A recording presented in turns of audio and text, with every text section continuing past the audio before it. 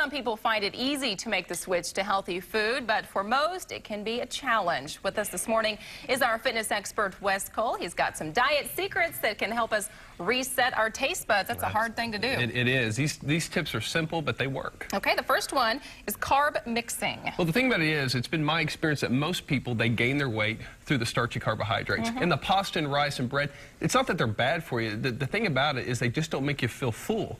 And a concept that I've used now, it's actually a concept that I learned from a strength coach years ago to get all of his athletes to eat his vegetables and his protein, is basically called carb mixing, where you take equal parts rice, equal parts vegetables, and you literally mix it. You don't put it on the plate, and you actually mix it. What happens is two things happen. One, it's basically teaching your body to develop a taste for balanced meals, and two, because you're getting the fiber from the vegetables or the protein from the meat, it keeps you from wanting to go back for seconds. Because with the pasta seems like to be one of those things where people always want to go back for seconds and thirds, and that gets you in trouble. But if you literally mix it together, think of stews or think of Chinese food, homemade Chinese food, it really works. I mean, this tip is real simple, but I guarantee it really works. Mix your food. It really helps people defeat their carb addiction. I always mixed my food as a kid anyway. There Mix you it go. all together. There you go. Okay, the next one is dealing with the sweet tooth. That's a hard one. Well, most people that go about the sweet tooth the wrong way, they think it's something that you have to get rid of. But I tell all my clients that, in the before Snickers bars, our sweet tooth actually aided in our health. And if you really think about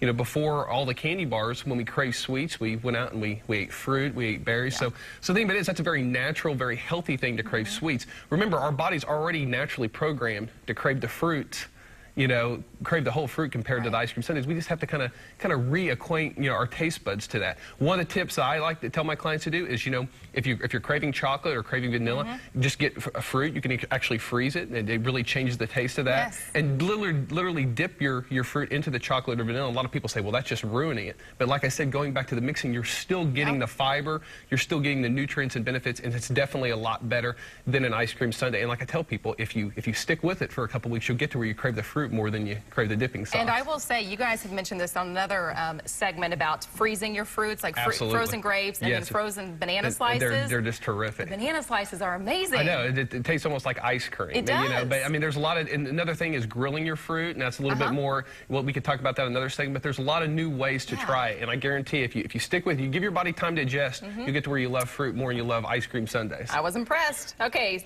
salad dressings. This is an old tip. I remember my mom doing it back in the 80s when she was on Weight Watchers.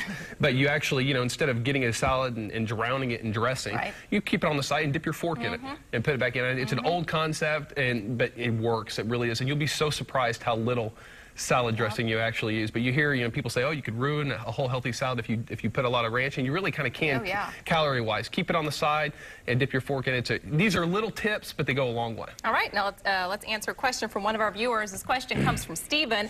Every time I start a weight program, I only have results for the first month or so before I hit a plateau. Do I need to just tough it out?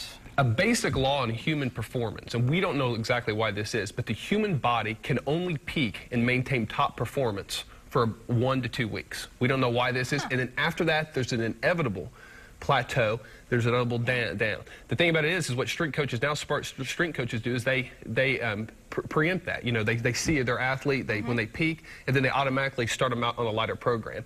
And a lot of your top strength coaches will get you on cycles, maybe monthly blocks where you maybe start in higher reps, lighter weight, and then over a week period of time build up to something real heavy, and then you go back down. I know it's confusing because sometimes you have to take 2 steps back to take a step forward, but when you see your body really kind of hurting and stuff like that, take a couple weeks off and kind of slowly build back up, and I guarantee you, I know it sounds crazy, but it'll work. Okay, it's going to happen to everybody.